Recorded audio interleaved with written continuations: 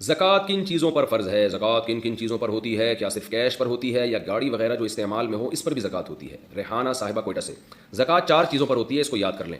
Cash amount جو آپ کے پاس ہے اس پر بہرحال آپ نے زکوٰۃ دینی ہے، تھوڑا ہو یا زیادہ ہو۔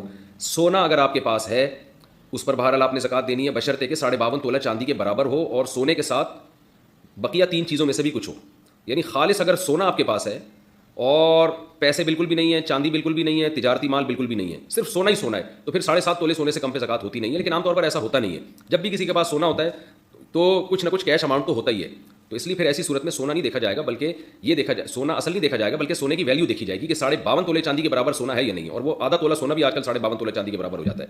تو اس لیے دوبارہ بتا دیتا ہوں، 4 چیزیں دیکھنی ہے: سونا، چاندی، کیش اماؤنٹ اور سامان تجارت۔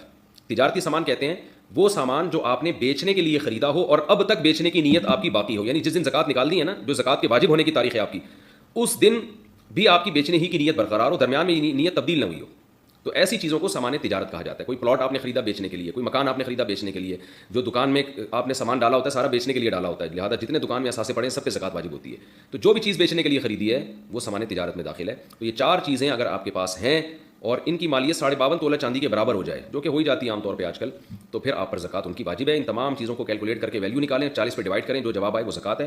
فوراً دے دیں، 2-4 دن بعد دے دیں، فقیر کا انتظار کریں تو کہ جب کوئی مستحق ملے گا اس وقت دے دیں، لیکن حساب اسی دن کا کرنا ہے آپ نے۔